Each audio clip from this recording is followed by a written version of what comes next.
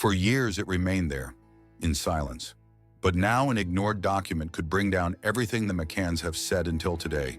Today we will reveal what this official record contains and why it might be the key to dismantling the entire public version built around the Madeleine McCann case.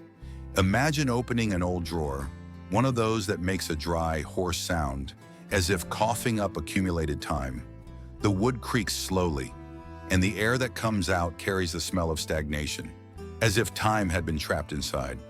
At the bottom, folded, almost stuck to the wall of the furniture, there's a paper, an ordinary paper, no special mark, no scandalous stain, just forgotten. But what's written there, in the middle of that unhurried sheet, has the power to bring down a story that was built brick by brick for almost 2 decades. And the strangest thing, this paper was never hidden. It was always there, but no one wanted to look at it properly. Not the press, not the authorities, not the public opinion. Everyone passed by it like someone who sees a crack in the wall and pretends it's just the paint. This video begins here. At this exact moment when someone decides to carefully pull this sheet, place their eyes on the words and say quietly, "This doesn't add up. This changes everything." Because among the more than 10,000 pages of the Madeleine McCann case, there exists a document that doesn't fit, a formal record, with a date, with a stamp. That contradicts what was told to the world, that challenges what has become the official version. And if you pay attention, you can hear it moving there in the background. It's not a scream. It's more like a sigh that resisted being forgotten, and now it's ready to be read. The most difficult pain to face isn't the one that appears in the newspapers. It's the one that stays quiet in the corners of the story. The one that no one mentions because if someone truly looks, they'll have to accept they were wrong. They'll have to admit they ignored it. This document isn't just a lost sheet. It's the reflection of a collective choice. The choice not to listen to what was too uncomfortable, not to read what could mess up the comfort. The pain it carries isn't emblazoned. It's silent, institutional, cold. It's the pain of knowing that justice had a chance and passed it by, that the truth was there, but no one wanted to reach out. And what if this paper is exactly what's still missing to untie everything? Today we're going to unfold what was forgotten, but not as someone who denounces, but as someone who can no longer stand the silence. If this touches you, right here, I leave my name beside this paper. There's something almost cruel about a file that remains closed. It doesn't scream, doesn't beg to be read, it just waits. Silent, as if saying, "When you're ready, I'll still be here." In the McCann case, this wait lasted years. Within the files, among reports, testimonies, procedural movements, and technical documents, one of them seemed not to want to make noise. Perhaps that's why it was so easy to ignore it. It didn't demand spotlight, just reading, and that's precisely what it didn't get. When the process was digitized, thousands of pages became public. But public doesn't mean accessible. People don't read thousands of pages. They read headlines, they hear summaries, and that's where the media did its stitching. It chose the points that matched the most palatable version, and it sewed a narrative where everything that escaped the plot was left aside. This document, the one we're about to open, wasn't hidden, but it also wasn't cited, not by the newspapers, not by the special programs, not by the books of experts. It simply didn't enter the final stitching. And the most disturbing thing, it was among the official documents, with a date, with a signature, directly contradicting central parts of the narrative built by the McCann family. Can you imagine the weight of this? A paper that, if read at the right time, might have prevented the public version from solidifying like concrete. But nobody read it, or pretended not to understand. And that's where the wound begins to bleed. Not because of what's missing, but because of what was there and was allowed to pass. Do you remember the 48 questions that Kate McCann refused to answer? They're there, registered, cold on paper, and they're not symbolic. They're specific. One by one, straight to the point. Her silence made headlines, but over time the headline turned to dust, and the silence eventually became a piece of the defense itself, She was shaken. She had no obligation. She chose what to keep silent about. Everything was absorbed by the stitching of the narrative. But the paper we're looking at now, it wasn't just ignored, it was crossed by this dates, times, chronology. Dismantles part of the alibi accepted without contestation. And here comes the name that many people preferred to forget: Gonzalo Amaral, the former Judiciary Police Inspector who tried to stitch another narrative. He spoke of this document. He pointed out inconsistencies. He wrote, he was sued, silenced, removed, not because he lied, but because the official stitching couldn't accommodate what he wanted to say. It's curious how justice treats words. If it fits the dominant version, it's fact. If it doesn't fit, it becomes theory. It becomes exaggeration. It becomes conspiracy. And in this sea of versions carefully stitched, the paper that really contradicts the comfort remained folded at the bottom of the drawer. But now that it's been unfolded, the stitching begins to open. The question that hammers isn't whether it's true. It's, why didn't anyone read it? Why didn't anyone want to put this point in the plot? Why was this thread left loose, even though it was a piece of the truth? If this document was forgotten, what else did we decide not to see? The paper is there, for real. It's not a rumor, not a forum gossip. Dated, stamped, stored along with all the other official files of the Madeleine case. But it carries something that the others don't, a contradiction. The key phrase appears right in the second line. It seems simple, almost bureaucratic, but the way it adjusts the chronology, it's like turning a mirror upside down. What seemed to fit perfectly begins to fail. And it's not a small failure, it's a rupture. The date recorded on this paper anticipates a movement. It places someone in a place where they shouldn't be, or rather where, according to the public narrative, they swore not to be. It's a detail, just that, a displacement of time, but in a case where every minute became a trench. This changes everything. Imagine holding a paper that contradicts an interview broadcast on national television, a document that challenges a testimony repeated for years, that places an uncomfortable silence where there was certainty before. Now imagine this paper being ignored, not because it lacked clarity, but because it had too much discomfort. It was there, but the chronology of Payne that became headline couldn't be interrupted by an uncomfortable sheet. The emotional sequence had already been stitched.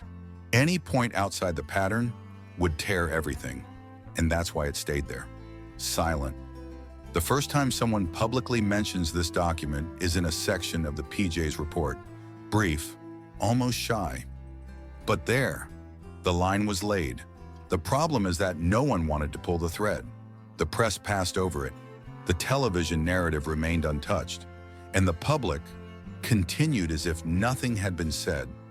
Because what that document put on the table was a collision between what was declared before the cameras and what was recorded under oath, between what was expected from the official version and what this paper said in silence.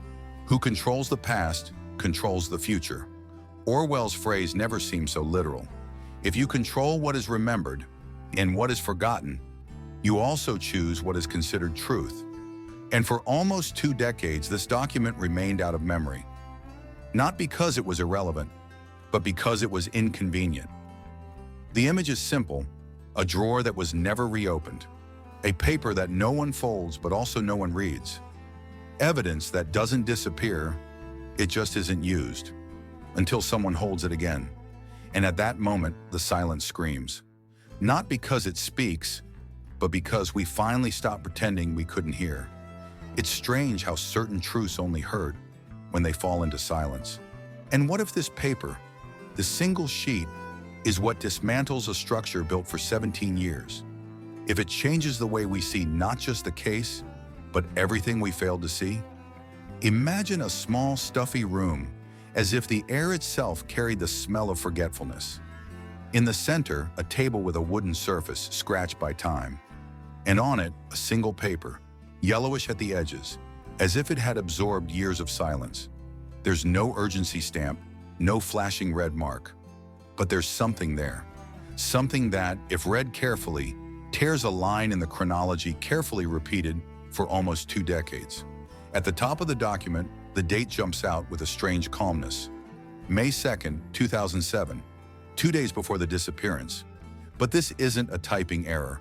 It's not a superficial contradiction. The signature below confirms. It's an official annotation from one of the first Portuguese investigators involved in the case.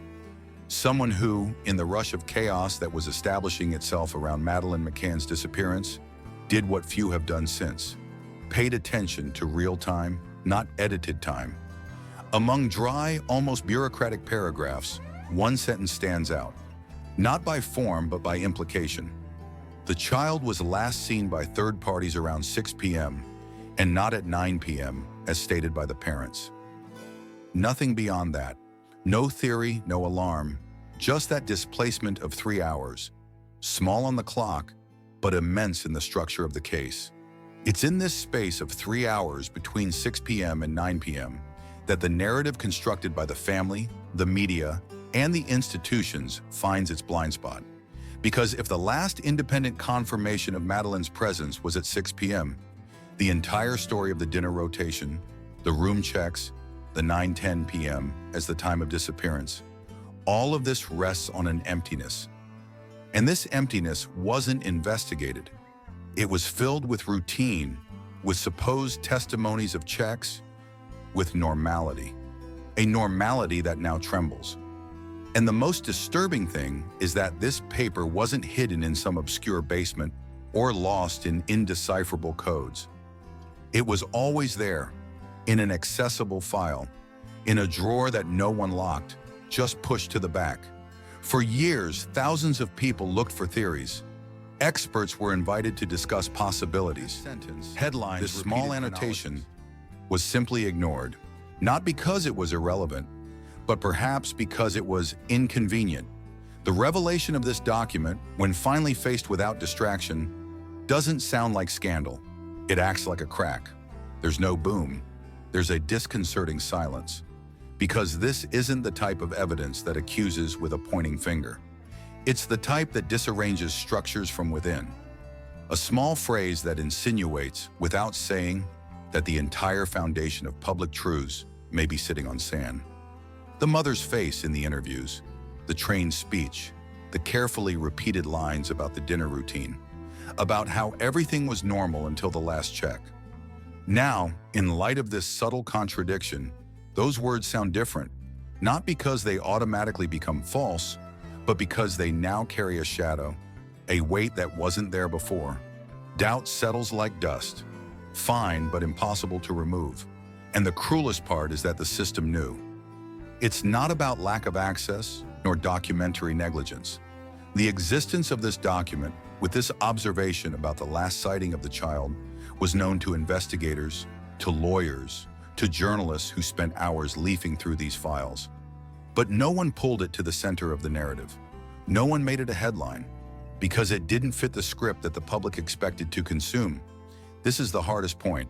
It's not the document that failed, it's the surroundings. Justice didn't ignore it for lack of means. It ignored it by choice, because accepting this altered time meant reopening the entire timeline, and with it, undoing the plot stitched with so much effort. The paper by itself doesn't scream, but it demands a rare thing: courage to review what seemed resolved. Courage to say, wait, maybe everything we thought we knew has been wrong from the beginning. It's in this pause that the real weight appears, because the problem isn't the forgotten paper, it's what it demands from whoever finally decides to read it. It asks for revision, it asks for discomfort, it asks for responsibility, and most prefer not to have to deal with it. Some silence hurts more than shouting, and some truths don't break down the door. They just ask to be read, slowly, with eyes wide open. Some things don't need to be shouted to hurt. Sometimes it's enough to read a forgotten phrase. One of those written without fanfare, in a corner of a yellowed page, by someone who probably didn't even imagine the weight of what they were recording, but who, unintentionally, really unintentionally, signed a thread of truth that remained loose in time. And we know there are threads that, if pulled, don't just untie one story, they undo the entire fabric. And that's what disturbs me, because this paper wasn't hidden. It wasn't torn, nor encrypted, nor swallowed by some movie conspiracy.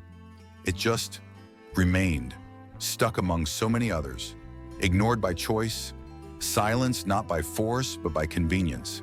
And that's the part that hurts the most. Realizing that forgetting is also a decision, and that often those who remain silent aren't those who don't know, but those who don't want to deal with what knowing requires. The document was there. The sentence was written. The date displaced. The time different. The contradiction clear. And yet, for more than 17 years, the story was told as if this didn't exist. The media ignored it. The authorities preferred not to touch it. And we, as the public, as society, perhaps found it more comfortable not to look either. Because there are truths that don't just change a case. They change us. They ask for more than indignation.